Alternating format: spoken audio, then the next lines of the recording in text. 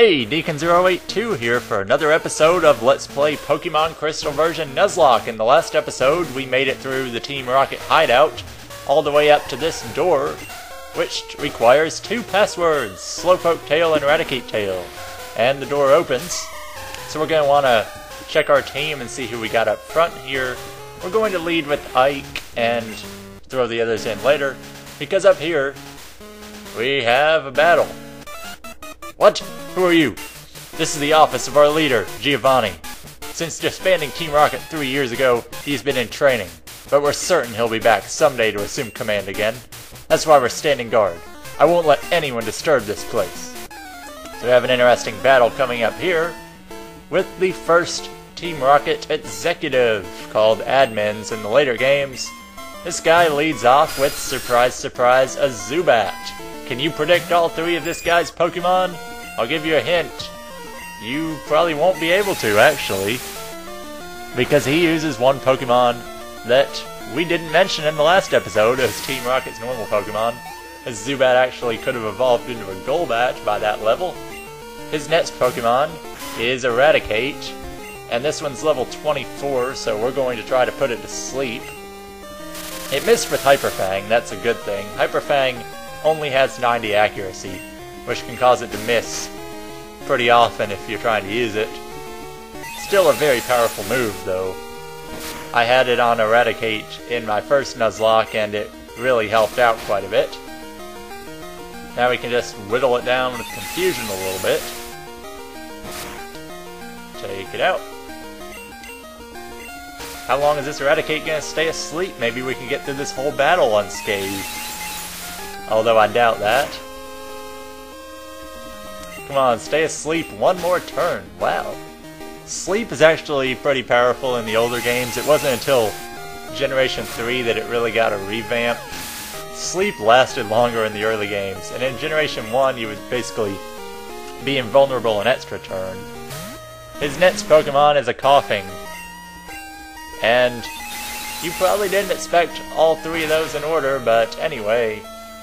His Coughing is going to go down, and oh well, we couldn't get through it completely unscathed, as we get hit by Sludge and poisoned. But oh well.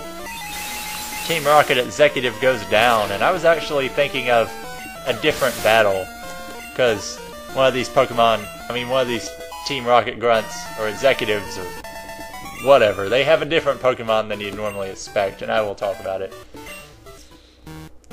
No, I can't let this affect me. I have to inform the others. He tries to run away and bumps himself on the table. But he runs away. We're gonna heal this poison with one of my many Poison Cure berries. I haven't been collecting, but we just have plenty of them. So what you're gonna want to do is talk to this bird here. The password is Hail Giovanni. So that is the password to where? Where exactly is that the password to? Well, we're gonna go back through here and run into this Rocket Grunt that I passed up last episode that I was able to sneak by. This guy has 3 Pokemon, so I'm probably gonna cut this one out. And that Rocket Grunt just had 2 Rattatas and a Zubat, so probably a good choice by skipping the battle. As we loop all the way back around, and we can loop down through here, and we'll be back to the very first... I thought I found this guy. The door won't open. Duh, it has to have a password that only Team Rocket knows. Would that password be Hail Giovanni by chance? Ah, how'd you know? This guy only has 1 Pokemon. A Golbat. Wow. The evolved form of Zubat actually under-leveled because it doesn't evolve until 22. I did not expect a random grunt to have a Golbat in this place. But anyway, Screech is a move, it's like Tail Whip, but it sharply lowers defense. It's one of the only moves in the game that sharply raises or lowers a stat at this point. It's pretty inaccurate though, but it can hit and really cause some trouble. So we're gonna sneak up, and we're going to use the password Hail Giovanni. The door opened. Now we're gonna sneak in here. Hold it right there. Hey, it's Cellar! No, it's not. We can't have a brat like you on the loose. It's harmful to Team Rocket's pride, you see. However strong you may be, you can't take both of us at the same time. I know we can't. Double battles haven't been invented yet. Sorry, baby. Now get ready to be thrashed. Oh, but Dragonite can take you down. Hey, don't be so selfish. Spread the fun around. What? You had an accomplice? Where is your sense of honor? As the interim boss in place of Giovanni, I'll show you how wrong it is to meddle with Team Rocket. I'm assuming the female actually said that, but if you were doing this in Heart Gold or Soul Silver, you would be fighting a double battle with Lance as your partner here. But anyway, this is the Rocket Executive, another one. This one I believe is named Ariana, and I personally like her. She has an Arbok, level 23, and this battle could actually be difficult. We're going to lead off just headbutting it down. It's going to use Wrap, so we can't switch out until we're freed from Wrap in this case. Hopefully it's not going to do anything dangerous to us in these 3 turns. If it just keeps using Wrap, we're fine. I mean, it could poison us, it could paralyze us, and have us stay in. There's a lot it could potentially do, but if it keeps it up with just Wrap, we're good. And our Quick Claw comes into effect there and takes that Arbok. Wrap ends when the Pokemon that used it faints.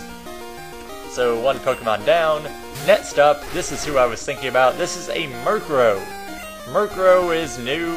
It is a Dark type. It's dark and flying. It doesn't evolve, but it's pretty powerful for this point in the game. It might not look it though. I really like Murkrow, but we can't catch one for a very long time or else I would use one. It has Pursuit, which is a dark type move, and Pursuit is very weak, but if you're switching out on that turn, it will go before you and do a bunch of damage before you can switch. Now we don't have to worry about that. Next up is a Gloom, so I'm going to switch out to I'm going to switch to a Lane and just hit it with a Fire Punch and take it out. I don't want to risk getting poisoned or anything with Emma. Acid is a poison type move. It actually doesn't poison. It has a chance of lowering defense. And we'll use Fire Punch, take out this Gloom pretty easily. And Rocket Executive goes down. Emma grows to level 28, now our highest level all by herself. And we defeat Rocket Executive Ariana. You really are strong. It's too bad. If you were to join Team Rocket, you could become an executive too. Well, this hideout is done for. But that's fine. The broadcast experiment was a total success. It doesn't matter what happens to this hideout now. We have much bigger plans. You'll come to appreciate the Team Rocket's true power soon enough. Enjoy yourself while you can. Foo.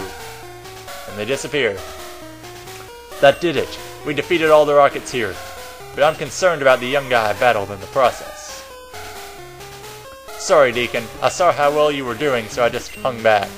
Now all there is left to do is to turn off that odd radio signal.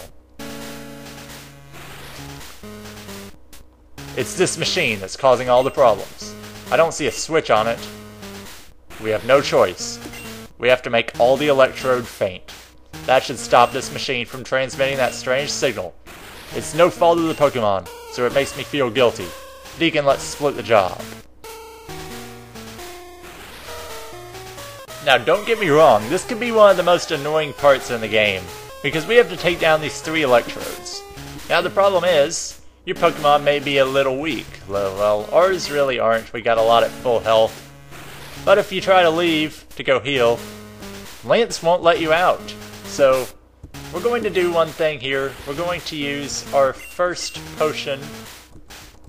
We're going to get Ike up to full health. We're going to use both potions on Ike. Because eventually, those little 20 health potions aren't going to be very important. And why are we putting Ike up front? Well, this is Electrode, and there are 3 of them we have to deal with. Electrode, level 23, the evolved form of Voltorb. We could actually catch these if we wanted to, but once again they're obstacles. they have a bunch of powerful moves. The first one that's really important and you have to worry about is Self-Destruct. And Self-Destruct, 200 power. Now, if they use Self-Destruct, it will make them faint instantly, but you might end up losing a Pokemon in the process. So I'm going to put them to sleep so they can't Self-Destruct on me. And then I'm going to take him out with Elaine's Fire Punch, because it's the strongest move we have. And that actually could be a problem, because Elaine doesn't have much defense. So, we kind of need someone that can tank a Self-Destruct if he were to wake up and use it this turn. So we're going to switch in Sabito, because Sabito has good defense. And we're going to play that he's going to Self-Destruct. Instead he uses Sonic Boom, which, like Dragon Rage, does 20 damage every turn. Oddly enough, these guys don't actually Self-Destruct that often. So that kind of works out well for us. First one is down, experience split all around. The next Electrode, we're going to use the same strategy. And yeah, just because this is the same battle 3 times in a row, I'm not going to cut it out because there is always a risk here. So we're going to use Sleep Powder again. Self-Destruct might kill me from the health I'm at now. We'll have to see. Oh no! Self-Destruct. Am I going to be able to take it? No, I'm not. We lost Ike. And Sailorfish gets the experience. This is a really dangerous part of the game.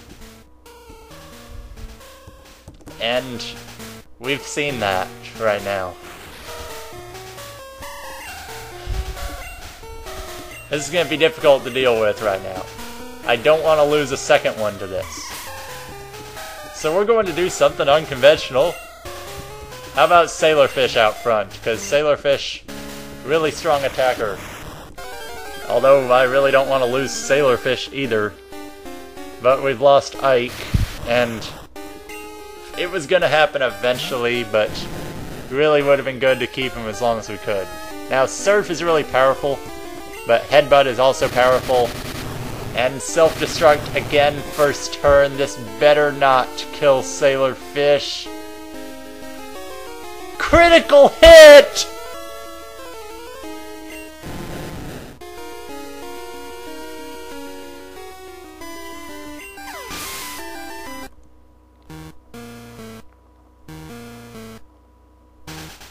Well, our luck's starting to turn around on us right now. We took out the 3 Electrodes, and the lake is back to normal. Oh yes, you should take this. I found it here, but I don't have any need for it. We get HMO6. HMO6 is Whirlpool. We can teach it to a water type to get around wild water.